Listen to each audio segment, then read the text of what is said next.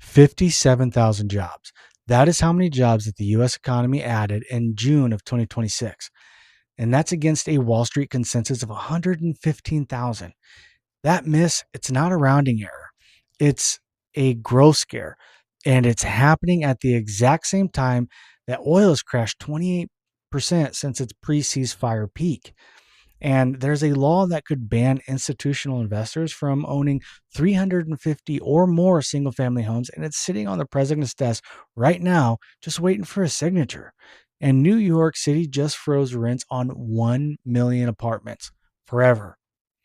If you invest in real estate and you've not been watching this unfold over the last 13 days, you're going to want to stay right here because in the next 8 minutes, I'm going to go through a whole walkthrough of the early July market delta report of every major data point that has changed between June 22nd and today.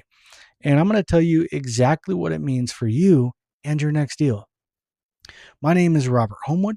I am an investment mortgage broker based out of Spokane Valley, Washington, and this is Open Lane Funding. Let's get into it. And let's start with the rates because every number in this report connects right back to the rates. The 30-year fixed rate mortgage just hit a 7-week low at 6.43%. And the July 2nd Freddie Mac primary market survey, that is down 4 bips from the June 22nd baseline of 6.47. And the 15-year drop to 5.79%. The 10-year Treasury also is sitting at approximately 4.48% to about 4.49%. Now, here is the part that most investors are missing. The rates are not falling because the federal growth got dovish. The Fed is still hawkish. Now, however, rates are falling because the oil collapsed. West Texas Intermediate crude fell another $7 per barrel since June 22nd. And now it's trading around $68 to $69 a barrel. That's down 28% from the roughly $95 a barrel per the pre-Iran ceasefire peak. The oil or that oil drop is pulling June's consumer price index lower. And the Cleveland Federal Reserve nowcast is tracking approximately 3.8 to 4% for the June consumer price index, which prints for July 14th. Prints on July 14th. That single data is the most important number for the mortgage rates between now and September, which we are going to make sure we cover that. Now, for the debt service coverage ratio loan, for borrowers, the best execution pricing for a 780 or better credit score at the 1.25 or better coverage ratio, the at 65% loan to value. Sometimes you go up to 70. You're going to be looking about 5.8 to about 6.12 as of today. Now, standard tier 740 at 75 loan to value, you're looking about 6.12 to about 6.15%. So about 6.5. So low sixes, low to mid sixes, right? The working underwriting assumption for debt service coverage ratio loans through Q4 of 2026 is about 6.25 to about 6.75. And that is updated from the 6.040 to 6.80 range we were using 2 weeks ago.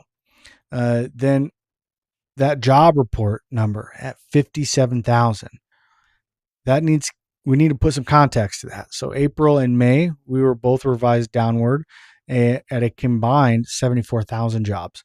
The labor force participation rate dropped to 0.3%, and age points are to 63 to 0.5 is the lowest reading since March of 2021.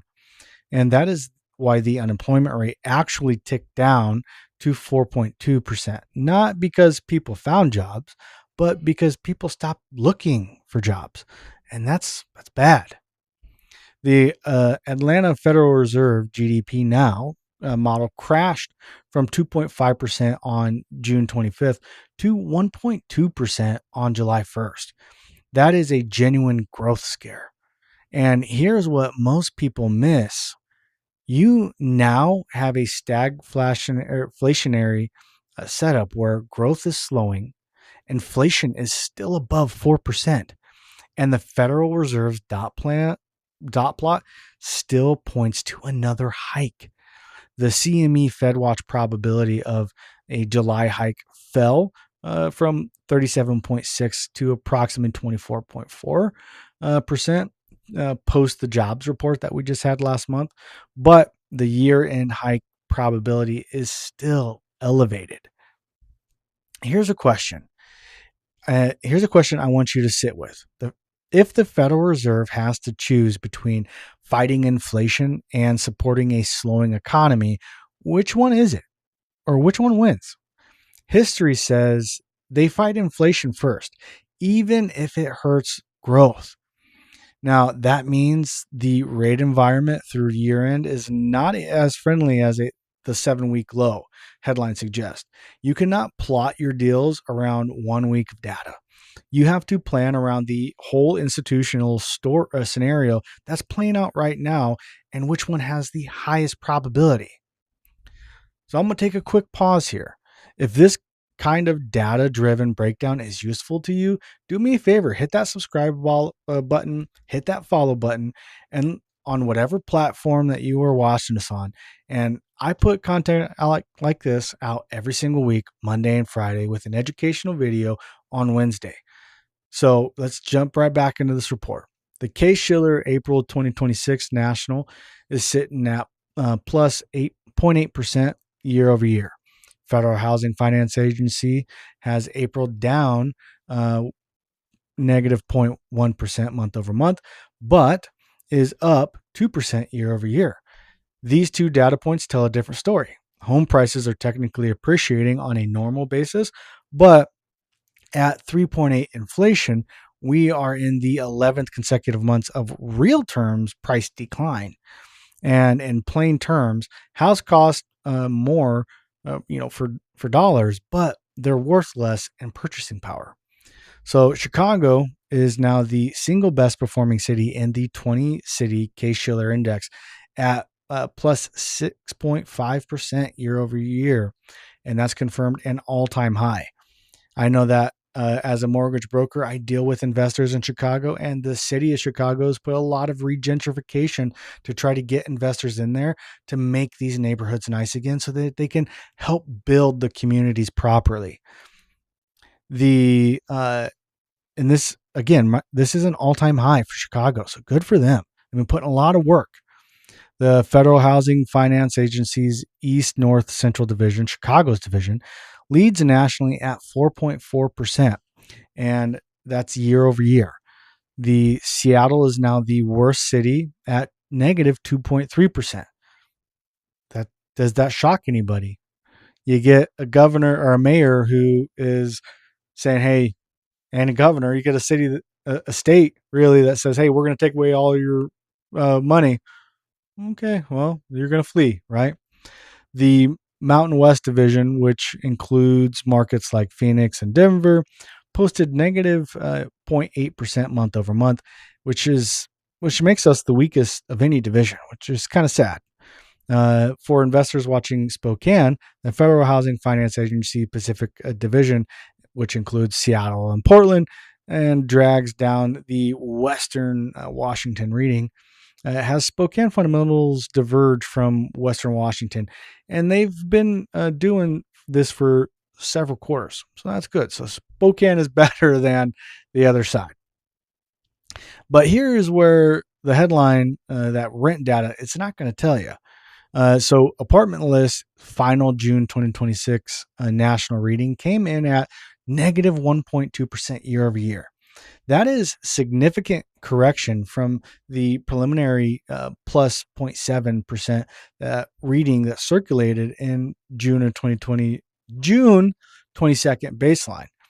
Now the national median rent now stands at about $1,385, and the Sun Belt oversupply thesis, it's not going away. Now layer in the regulatory picture. As of July 1st, Idaho House Bill 583 is live. Short-term rental premonition laws So cities in Idaho, including Coeur d'Alene and Post Falls, can no longer ban short-term rentals or require special permits use. Uh, Idaho SB 1354 is also live as of July 1st. Now, every city over 10,000 residents must allow one accessory dwelling unit per single family lot, and that is by right. So, an administrative approval only, right? So, for a Post Falls investor who that accessory dwelling unit could add $900 to $1,200 per month in rental income, materially improving debt service coverage ratios. At the federal level, on the Road Act, the 21st Century Road to Housing Act, that's a mouthful, which Congress passed 358 to 32 in the House and 85 to 5 in the Senate. That's a pretty favorable bill, if you tell me. It's now sitting on the president's desk. The 10-day constitutional deadline is approximately July 9th, and if signed or allowed to become law, institutional investors owning 350 or more single-family homes face a prohibition that goes live 180 days past the enactment, roughly January 2027. Here is where we are going to go over the next 9 days on this channel. Tuesday, the best national markets to buy by the data, not by intuition, not by feelings or guts, but by the data. Wednesday, we're going to hit the strongest appreciation areas. Again, data driven city by city. Thursday, we're hitting rental demand and vacancy trends in full. Friday is a dedicated deep dive on the rates and what to do with our portfolios right now, given this rate structure. Then next week, the full economic indicators. We're going to go over the breakdown, the current foreclosure pipeline data, the spring 2026 market picture, which a lot of investors should be paying attention to, and a full Spokane and Coeur d'Alene local market update, plus regulatory countdown. Every piece of contact ties right back to this report that we've highlighted. Now, if you want actual loan scenarios and deal structures behind these numbers, book a call at openlanefunding.com. Links are below. I'll see everybody Tuesday. And if you guys need anything, just let me know. Thank you guys.